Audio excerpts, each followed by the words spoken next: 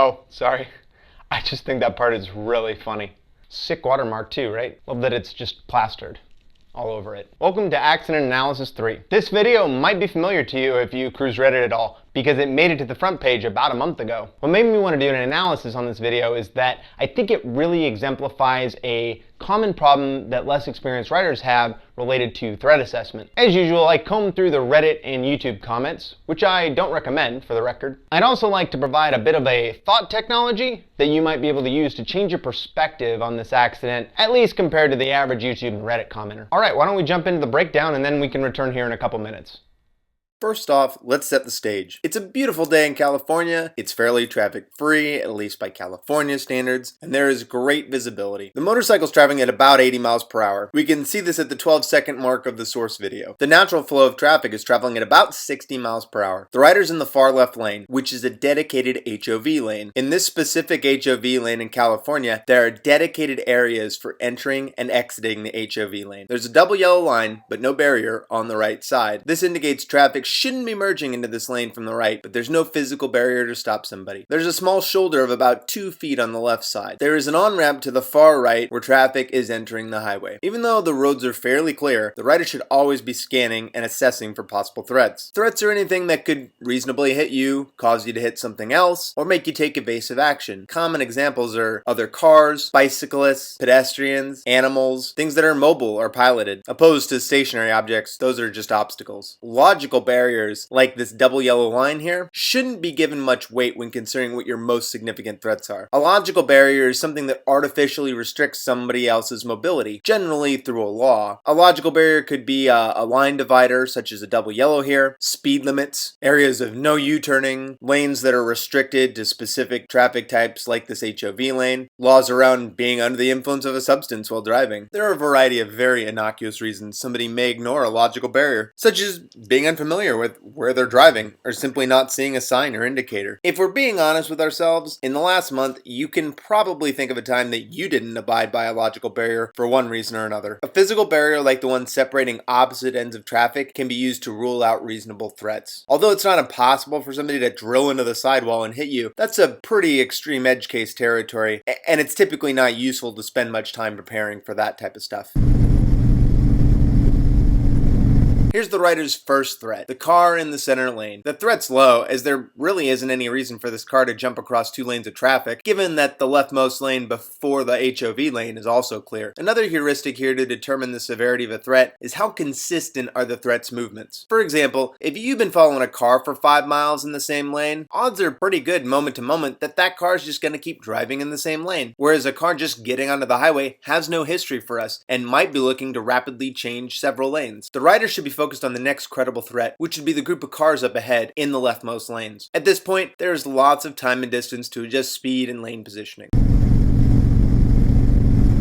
The rider's now passing the car to the right, meaning that this is no longer the biggest threat, as you can safely assume that the car won't be catching up to the rider that's traveling 20 miles per hour faster. The rider can see that a car in the center lane has begun merging into the leftmost non-HOV lane. Some considerations they should now take into account. The gap for the car to merge looks fairly small, which means the car closest to the rider to the rear might need to brake hard, or might need to make an evasive adjustment into the lanes left or right. The car merging might actually be looking to get all the way over, even though it would mean crossing a double yellow. Having just passed an on-ramp makes this more likely, as the driver might be looking to enter the HOV lane as soon as they can. If the car in front of the merging car suddenly brakes, there might be a multi-car accident, and the rider might need to take evasive maneuvers to avoid joining them. And the rider doesn't have much of a shoulder to evade if things get hairy. This is the first opportunity that the rider had to avoid the accident. With all these credible threats and evidence of unpredictable behavior, the rider should have reduced speed slightly by rolling off the throttle. No brakes are necessarily needed yet. They also should have changed lane position to get closer to the shoulder in order to get better visibility of the other cars and their brake lights and turn signals to help predict future movement of these vehicles.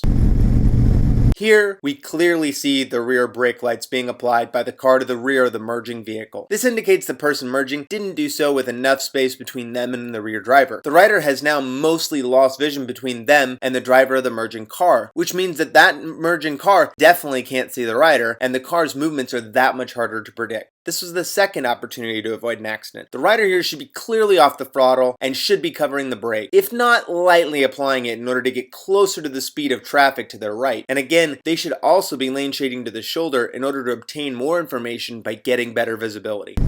Here's the first indication the rider sees a potential problem. The rider is now fully rolled off the throttle, but has not covered the brake. This is confusing, in my estimation, simply a mistake, as they clearly rolled off the throttle because their spidey sense started to tingle with danger, but not preparing to brake is simply losing valuable reaction time. At this point, there's about 75 feet between the two vehicles, but about a 30-mile-per-hour speed difference. And here's the first time we see the rider apply the brake, but her 75 feet has now been cut around to about 40 feet, and the car's halfway into the lane. Here's where lane positioning could have been critical, and would have given them their final chance to avoid this wreck. Had the rider been in the far left, they could have had the option to try to brake fully with a few extra feet on the left side, in the hopes the merging car doesn't consume the entire lane. Alternatively, they could have rolled fully on the throttle and attempted to overtake the merging car while there was as much room on the left as possible, as they appear to be traveling about 20 miles per hour faster. Right before the collision, we can see about 4 feet of space between the merging car and the center divider, which is plenty for this motorcycle to fit, either braking or accelerating. I don't know what all this red stuff is, but I thought it was pretty metal. It's probably fluid from the fork seal, but it kind of looks like blood. You know, I almost just died, bro. I was on top of your car. Dude, not sorry. You almost killed me. These guys are absolutely sorry. I guarantee you if they knew that they could have just gone in the lane and then waited 2 extra seconds and not had this all happen, I assure you that they would have done that. Look at this. Look. And there's the reason. They were just an out-of-state driver that wasn't familiar with the roads. I read through a lot of the comments, and naturally people focus on placing blame on one party or the other. Some people place the blame entirely on the car. They didn't see the motorcyclist before they merged, or because they merged across a double yellow, or because they were out of town and weren't familiar with where they were at. And others want to place most of the blame on the rider because they were riding in excess of the speed limit, or because they weren't paying attention to the signals of the other cars around them. Ultimately, I don't think focusing on who's to blame is really that productive. Sure, it might help pay for legal fees or medical bills or the deductible, which helps. Blame doesn't change the fact that it happened. Because the accident happened at all, at least 3 people had a lot of their afternoon wasted. Not to mention pain and suffering of the rider, and the people had to go back to the rental company and explain what happened and go through insurance. It's a huge hassle, it's a burden, and it could have been a lot worse. I'd also like to say that there's a mentality a lot of people prescribe, which is that act like every other driver is trying to kill you.